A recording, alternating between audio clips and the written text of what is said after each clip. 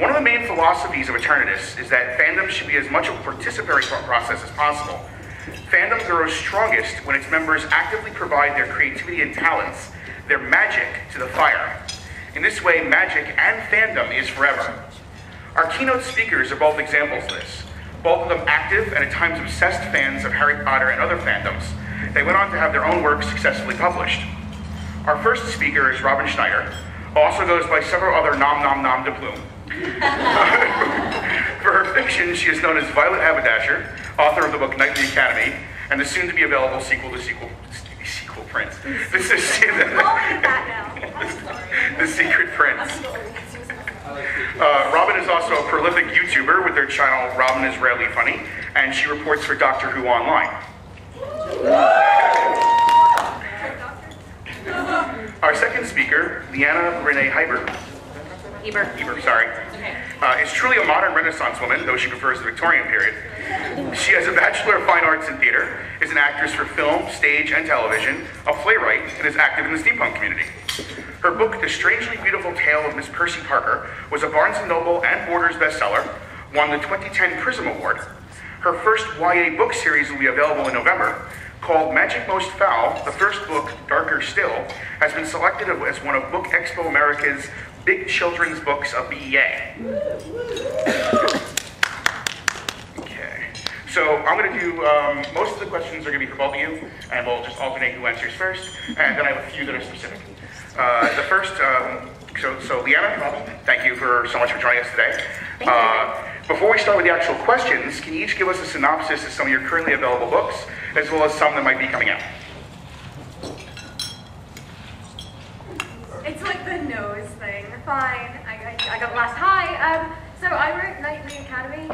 It is set in an alternate version of Victorian England at a boarding school for knights. It doesn't have any magic in it, because magic is Joe Rowling's thing, and I'm just going to leave it there.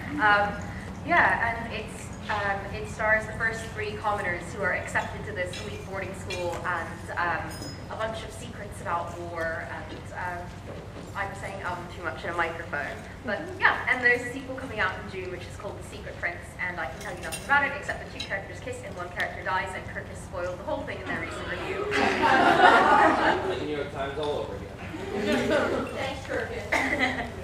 I am Leanna Renee Heber, and I begin the Strangely Beautiful series with The Strangely Beautiful Tale of Miss Percy Parker. And this is set in 1888, the year of Jack the Ripper.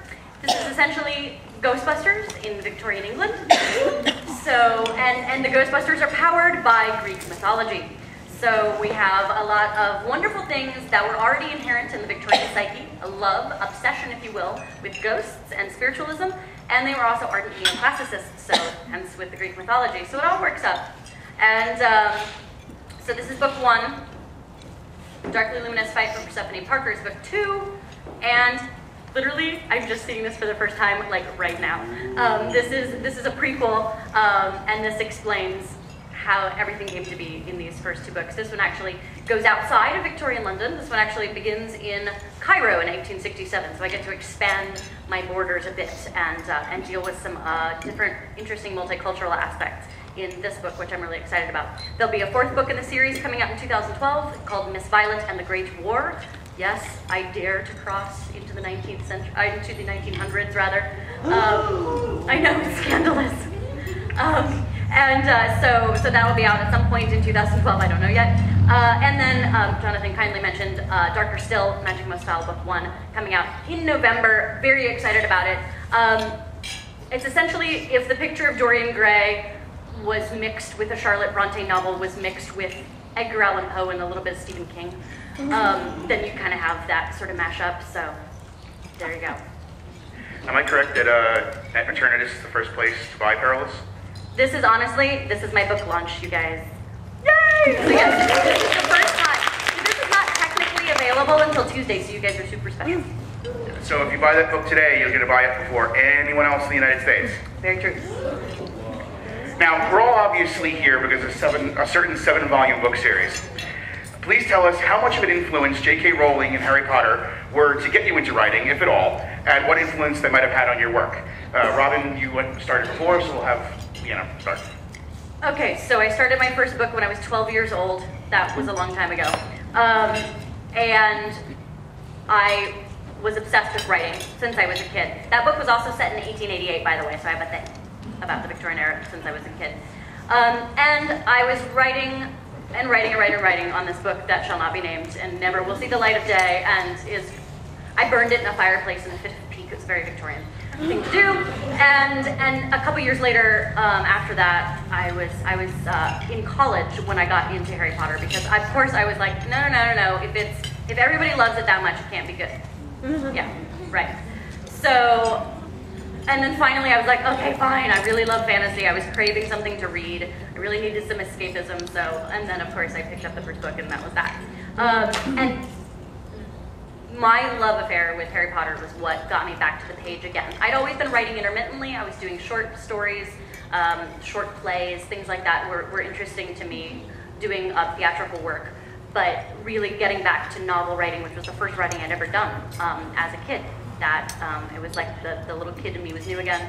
And I sat down and started writing Percy Parker probably a couple, probably within the year that I got obsessed with Harry Potter, because I had a vision that came to me. Miss Percy is albino. She is entirely colorless, and this ghostly girl walked into my mind in a Victorian gown and into the office of a very, very stern, striking professor, all in black. And I was like, oh, that's fun. Thank you, Robin. Okay, so I started writing my first book when I was 12, which was actually not that long ago. I'm kidding. It was. I'm sorry. I forgot my wand. Yeah, 10 points from Gryffindor. Yeah, so when I was 12, my family gave me my first Harry Potter book, and I was reading it on this airplane, and I was going on this holiday with my family, and I read the whole thing cover to cover, and I looked up, and I was like, wow, I want to do this. I want to be this lady. And my mom was like, no, you will be a doctor. And I'm like, no, I will be this lady. And of course, I had this terribly bullying, mean cousin who was just awful to me on the holiday. So I said, well, I'm going to write a book, and I'm going to be a famous author like Joe Rowling, and you'll see. So I sat down and I started writing this terrible piece of fan fiction in a diary called The Missing Medallion, set at a summer camp for wizards.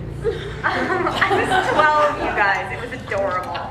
And no, but the thing was, I actually finished it. I saved up and I bought a laptop, and I kept going, and I wrote the book, and then I queried it, and then I said, okay, well, I'm just going to write another book, and I'm going to get better, because now I know I can write a book, and I'm 13, and I know how to use commas now. So I kept going, and I kept writing, and I adored the Harry Potter books. I would wear my Gryffindor robes to midnight release parties, and I would always look at, we would sit in the bookshelves of Barnes & Noble and wait until midnight after we'd done all of the games. And I would always look at Rowling, and then I would look where my last name, Schneider, would be on the shelf, and I'd go right there. How wrong I was. I didn't know about Violet Haberdasher. I published as Violet Haberdasher, so every time when I was a kid that I looked at the shelves and I said, that'll be me one day, this is somewhere else. But yeah, I was writing contemporary young adult fiction for a while, because that was where the market was, and that was where I could get in, and my heart was always with Harry Potter and with fantasy, and I kept pitching it, and my publishers kept saying, it's not right, the time isn't right, those books, we're not doing that now. And then in the absolute middle of the Twilight mania, I finally sat down to write my book about knights. And the concept had come from when I was at this very elite school for young ladies, and we all got sent to the theater one night, and we got to watch Wicked. And I was sitting there with my roommate, who, we loathed each other. And she was so popular, and she would just leave the door open in the corridor, and everyone would come in and hang out with her, and they were evil girls. And I would just sit there quietly and study all day. And I would just always go to the library and study, and I was this nerd, and I had to have full days. And she was like Miss Popular, and we're sitting there watching Wicked, and I don't know who knows Wicked, the concept. She goes, look, you're Galinda, and I'm Elfie. And I'm like, what? Are you kidding? And then I realized that everybody identifies with the underdog and the outsider. And that was what struck me so much about the Harry Potter series, and that was what I loved about it. And then I what else is there in my mind that I can extract from just thinking about Harry Potter? And I said, okay, well, you know, me being obsessive about like going to like an Ivy League university, what if Harry had known about Hogwarts? What if that was his dream all his life and he couldn't get in because there was some reason why he wasn't even able to apply, as opposed to like, you're a wizard, here you are, go to the most elite school of magic. What if there was a test that he wasn't even allowed to sit in, but he would do the best of anyone if he could? And I said, okay, well, you know, what if he hadn't been into sports? What if he had just been obsessed with school? Because if I had gone to Hogwarts, I would have been obsessed with the classes. I would have done all of my homework and just like, you know, spent all my free time in the potions lab or something. Yeah. So I started writing Nightly, which was about that, and which was about a kid who wanted to go to school for wizards, for knights. Thanks, guys. And wasn't allowed to go, and then, you know, just very nerdy, not, you know. Well, we'll talk about it later, but it's pretty much prevalent in my life, the whole Harry Potter thing. It's a bit ridiculous. I think I was writing the sequel to Nightly at some point, a little bit at Infinitus, in my room. Yeah. Do you have anything else to add? I'm sorry, I think I just like spent the entire time talking. You guys I assume we'll talk about like the process and the length of time it was from when I got that idea and vision to. You can. Okay. Just because people do kind of want to know. Okay, so you had this idea, and then what? 9 years later, it was on the shelf. So it was. That was an arduous process. I was working in the professional theater at the time. I was touring around the country as an actress, doing classical theater, Shakespeare, Dracula several times. And I was going back. I was leaving rehearsal and going back and working on Strange and Beautiful. So I just finally realized that, you know, I was doing theater and it just wasn't quite working for me. It wasn't what I ended up wanting to do, but I had to go to New York to really test that theory. I knew I wanted to be in the center of both the publishing world and the theater world and sort of see which one won out, in my heart.